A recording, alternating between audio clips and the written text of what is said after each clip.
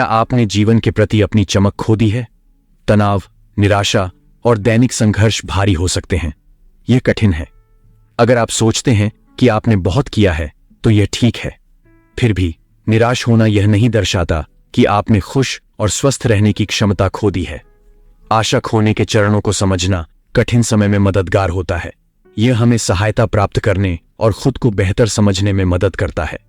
यह हमारी सहानुभूति और तन्यकता को उन लोगों के लिए मजबूत करता है जो ऐसी परिस्थिति से गुजर रहे हों।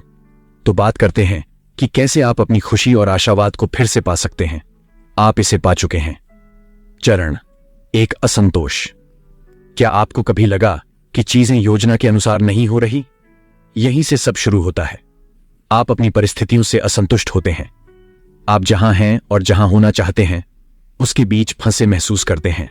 आगे बढ़ने के लिए प्रेरित होने के बजाय आप सिर्फ सुन्न अकेलेपन में डूबे रहते हैं। जैसे जैसे आप उत्साह खोते हैं आप खुद को दूर करना शुरू कर देते हैं, क्योंकि अकेले रहना आसान होता है। आप खालीपन महसूस करने लगते हैं। उन चीजों में रुचि खो देते हैं जिनका आप कभी आनंद लेते थे। जैसे जैसे उदासी का बोझ दिन ब दिन भारी होता जाता है। चरण 3, नकारात्मकता। नकारात्मक विचार हावी हो जाते हैं। उदाहरण के लिए, मैं काफी अच्छा नहीं हूं या चीजें कभी बेहतर नहीं हो सकती। क्या आपने कभी खुद से यह कहा है?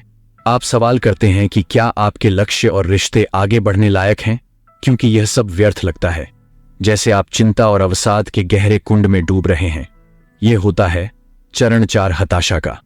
आप इस खालीपन की भावना से बचने के लिए कुछ भी करने को तैयार हो जाते हैं, यहां तक कि मादक द्रव्यों के सेवन या खुद को नुकसान पहुंचाने जैसी आत्मविनाशकारी आदतों में भी शामिल हो जाते हैं।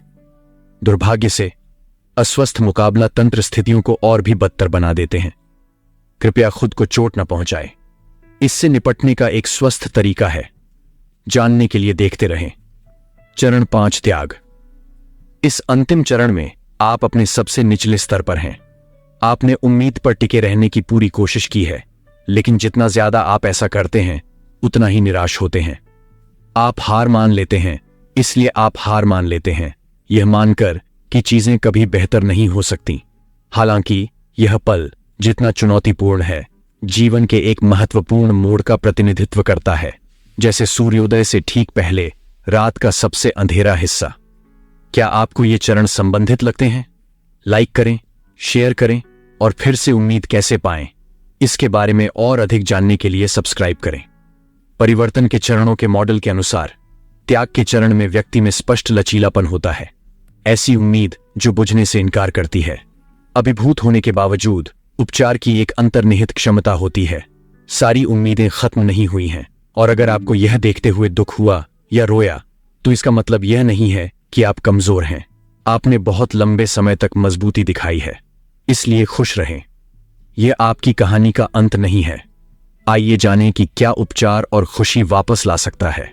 पहला कदम है अपने दृष्टिकोण को नया करना।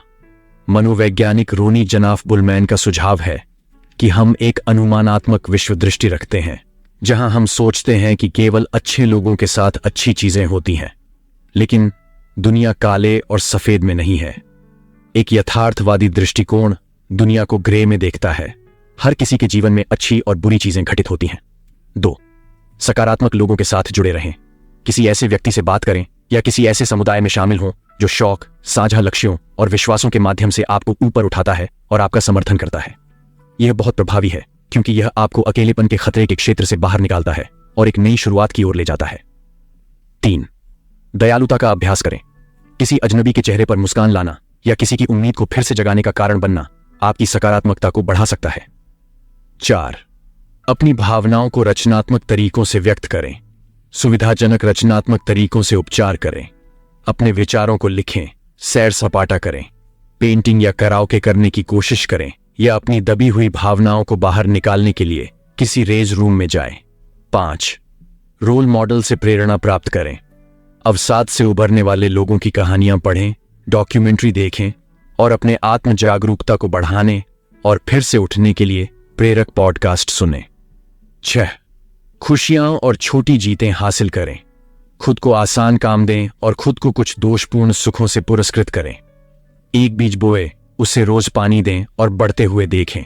या छोड़ी गई परियोजनाओं को पूरा करें। 7. पल का फायदा उठाएं।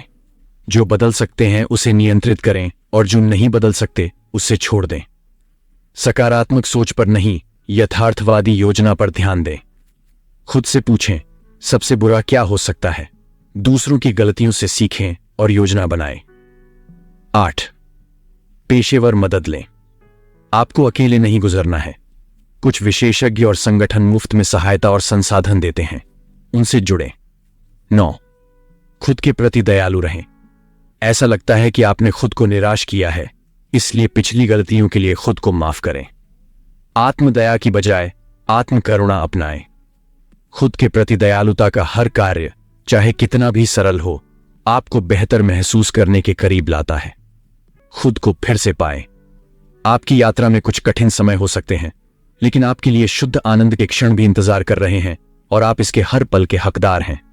अंत में, आशा केवल ऐसी चीज नहीं है जो हमारे पास हो, यह ऐसी चीज भी है जिसे हम दे सकते हैं, और विस्तार से ऐसी चीज जिसे हम प्राप्त कर सकते हैं।